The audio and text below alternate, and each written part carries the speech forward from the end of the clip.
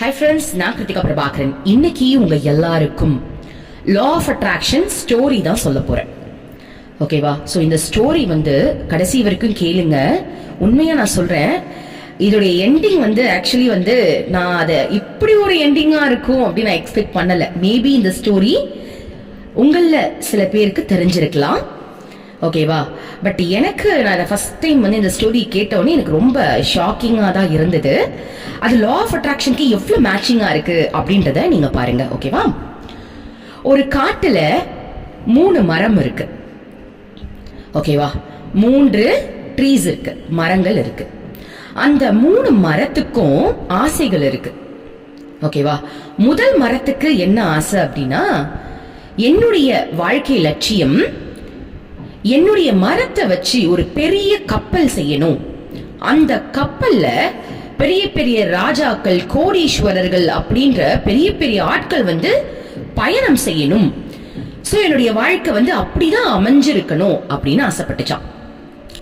2வது மரம் என்ன ஆசைப்பட்டுச்சு அப்படின்னா, என்னுடைய மரத்தை வச்சு தங்கம், வைரம், வைடூரியம், பல பல கற்கள், இந்த மாதிரி இருக்குல்ல முக்கியமான அந்த வைடூரியங்கள், அதெல்லாம் வைக்கக்கூடிய பெட்டியா நான் இருக்கணும். சோ என்னுடைய மரத்தை வச்சு அவங்க பெட்டி செய்யணும். அந்த பெட்டி ஃபுல்லா நகைகள் இருக்கணும். என்னுடைய வாழ்க்கை இப்படிதான் இருக்கணும் அப்படின்னு 2வது மரம் சொல்லுச்சான். 3வது மரம் என்ன சொல்லுச்சான், என்னுடைய வாழ்க்கையில நான் உயர வளர்ந்துகிட்டே இருக்கணும், நான் ஹைட் ஆகிட்டே இருக்கணும். ஹைட் ஆகி ஆகி ஆகி வானத்தை தொட்டு இறைவனையே நான் போய் பார்க்கணும் அப்படின்னு சொல்லிச்சான். சோ 3 பேருடைய ஆசையுமே கனவு கண்டுட்டே இருந்தாங்க. ஒரு நாள் என்ன ஆச்சா, விறகு வெட்டுறவங்க ஃபர்ஸ்ட் மரத்தை என்ன பண்றாங்களா, வெட்டுறாங்களாம். வெட்டிட்டு அந்த மரத்தின் மூலமா சாதாரண படகு இருக்குல்ல, அந்த மாதிரி படகு செஞ்சுட்டாங்களாம். 2வது மரத்தை வெட்டுறாங்களாம். அந்த 2வது மரத்தை வெட்டி மாட்டு தொழுவம் இருக்குல்ல, அந்த மாடுக்கு புல்லு வைப்போம் இல்லையா, வைக்கோல் புல்லுலாம் வைப்போம் இல்லையா, அந்த மாதிரி வைக்கிறதுக்காக அதுல பலகை அடிச்சுட்டு செஞ்சுட்டாங்களாம். 3வது மரம் இருக்குல்ல, அந்த மரத்தை வெட்டி இது இவ்வளவு உயரமா இருக்கு, இதுல என்னதான் நம்ம செய்ய முடியும் அப்படின்னு சொல்லிட்டு ஒரு ரூம்ல அந்த மரத்தை என்னைக்காவது உதவும் அப்படின்னு அந்த மரத்தை போட்டுட்டு அவங்க போயிட்டாங்களாம். இப்ப 3 மரமும் ரொம்ப ஃபீல் பண்ணுச்சான். நான் என்ன ஆசைப்பட்டேன், ஆனா என் லைஃப்ல என்ன நடந்திருக்கு, இருந்தாலும் பரவாயில்ல, என்னுடைய நம்பிக்கையை நான் விட போறது கிடையாது, நான் நம்பிக்கையோட இருப்பேன் அப்படின்னு முதல் மரம் என்ன பண்ணுச்சா, நம்பிக்கையோட இருந்துச்சான். என்னைக்காவது ஒரு நாள் நான் ஆசைப்பட்டது நடந்துரும் அப்படின்ற நம்பிக்கையோட அந்த படகு எப்பவும் போல அந்த ஆத்துல போயிட்டு இருந்துதான். அந்த படகுல 3 பேர் உட்கார்ந்து இருந்தாங்களாம். திடீர்னு அந்த ஆத்துல ஒரு சுழல் மாதிரி அந்த படகே கவர போற நிலைமைக்கு வந்துடுச்சான். அப்போ அந்த படகுல உட்கார்ந்து இருந்த 3 பேர்ல ஒருத்தர் ஒரு பெரிய மகான், ஒரு முனிவராம்.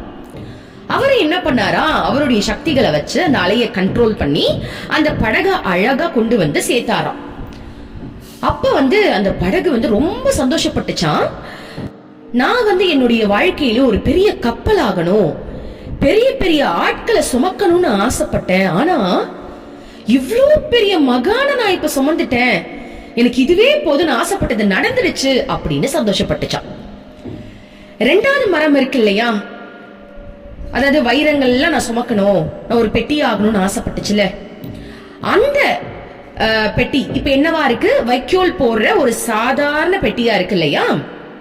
அந்த பெட்டியில யாரோ ஒரு அம்மா குழந்தைய போட்டுட்டு போயிட்டாங்களாம். குழந்தைய போட்டது மட்டும் இல்லாம அந்த குழந்தை யூஸ் பண்றதுக்கு ஒரு $1 அதையும் கழுத்துல போட்டுட்டு போனாங்களாம். அந்த பெட்டிக்கு ரொம்ப சந்தோஷமா, நான் வைடூரியத்தை சுமக்கணும்னு ஆசைப்பட்டேன், ஆனா ஒரு உயிர் உள்ள ஒரு குழந்தைய இப்ப நான் சுமக்கிறேன், எனக்கு அதுவே சந்தோஷம் அப்படின்னு நினைச்சிட்டு இருக்கும் போதே அந்த வீட்டுக்கார அம்மா என்ன பண்றாங்க, இந்த குழந்தைய பார்த்து ஐயோ எனக்கு கடவுளே கொடுத்த குழந்தைன்னு சொல்லிட்டு அந்த குழந்தைய தூக்கி வளர்க்க ஆரம்பிச்சிட்டாங்க. அது மட்டும் இல்லாம இந்த பெட்டியில இருந்து அந்த குழந்தை கிடைச்சதுனால அந்த பெட்டிய பத்திரமா அந்த குழந்தையோட ஞாபகத்திற்காக முக்கியமான பொருட்களை வச்சு அந்த பெட்டியையும் வீட்டுல பத்திரமா வச்சிருந்தாங்க. சோ அது ஆசைப்பட்ட மாதிரியே வைடூரியங்கள், நகைகள் எல்லாமே அந்த பெட்டியில வச்சு வீட்டிலேயே பத்திரமா வச்சுக்கிட்டாங்களாம். சோ 2 மரத்தோடைய ஒரு ஆசை நிறைவேறிடுச்சு. இப்ப 3வது மரம் இருக்கு இல்லையா, எதுக்குமே பிரோஜனம் இல்லை, இது ரொம்ப ஹைட்டா இருக்குன்னு சொல்லிட்டு ஒரு ரூம்ல போட்டு வச்சிருந்தாங்கல்ல, அந்த மரத்தை ஒரு 2 பேர் எடுத்துட்டு போனாங்களாம். எடுத்துட்டு போய் அந்த மரத்தை என்னமோ பண்ணாங்களாம். பண்ணிட்டு ஒருத்தருடைய முதுகுல அந்த மரத்தை பதிச்சாங்களாம். அந்த மரத்தை அவர் தூக்கி நடந்தார். நடந்து மலை மேல போன உடனே அந்த மரத்தையே நிக்க வச்சு அவரை அந்த மரத்திலேயே அடிச்சுட்டாங்களாம். அவருதான் நம்மளுடைய ஜீசஸ், இயேசுநாதர். அப்ப அந்த மரம் இறைவனையே நான் சுமந்துட்டேன், நான் ஆசைப்பட்ட மாதிரி நான் இறைவனையே சுமந்துட்டேன், இறைவன் என்னையும் தூக்கிக்கிட்டாரு, நானும் இப்ப அந்த இறைவனை தூக்கிக்கிட்டேனே, எனக்கு இதை விட என்ன பாக்கியம் வேணும் அப்படின்னு அந்த மரம் அவ்வளவு சந்தோஷப்பட்டுச்சான். நான் ஆசைப்பட்டது எனக்கு நடந்துடுச்சு அப்படின்னு சந்தோஷப்பட்டுச்சான். இப்போ இந்த 3 மரமும் அதது நாலேஜுக்கு ஏத்த மாதிரி ஆசைப்பட்டுச்சு. ஓகேவா? இந்த 3 மரமும் ஆசைப்பட்டுச்சு. ஆனா திடீர்னு அதோட வாழ்க்கையில அது எல்லாமே எனக்கு நடக்கவே நடக்காது, கிடைக்கவே கிடைக்காது அப்படின்ற மாதிரி ஒரு சிச்சுவேஷன் அமைஞ்சது. ஆனாலும் அந்த மரம் நம்பிக்கையோட இருந்துச்சு. நான் ஆசைப்பட்டது எனக்கு நிச்சயமா கிடைக்கும் அப்படின்ற நம்பிக்கையோட இருந்துச்சு. அந்த நம்பிக்கைக்கு பலனா அது ஆசைப்படுத்தி எல்லாமே கிடைச்சது. அது மட்டும் இல்லாம இதுல இன்னொரு விஷயம் நம்ம பார்க்க வேண்டியது என்ன அப்படின்னா, அந்த 3 மரமும் அதோடைய நாலேஜுக்கு ஏத்த மாதிரி, அதனுடைய பக்குவ நிலைக்கு ஏத்த மாதிரி ஆசைப்பட்டுச்சு. ஓகேவா? இந்த 3 மரத்துக்குமே டிஃபரெண்ட் இருக்கு. அதாவது ஆசைப்படுறது உங்களுடைய சுதந்திரம், நீங்க எதை வேணாலும் ஆசைப்படலாம். ஆனா அந்த ஆசை உங்க வாழ்க்கைக்கும் உங்க ஆன்மாவுக்கும் பிரயோஜனமானதா இருக்கணும். இப்ப பாருங்க, இந்த 3 மரமும் ஒண்ணு செல்வத்துக்கு ஆசைப்பட்டுச்சு, இன்னொன்னு கௌரவத்துக்கு ஆசைப்பட்டுச்சு, இன்னொன்னு இறைவனுக்கு ஆசைப்பட்டுச்சு. 3மே கிடைச்சது. ஆனா இறைவனுக்கு ஆசைப்பட்டது டைரக்ட் ரூட்ட புடிச்சு இறைவனோட ஐக்கியம் ஆயிடுச்சு.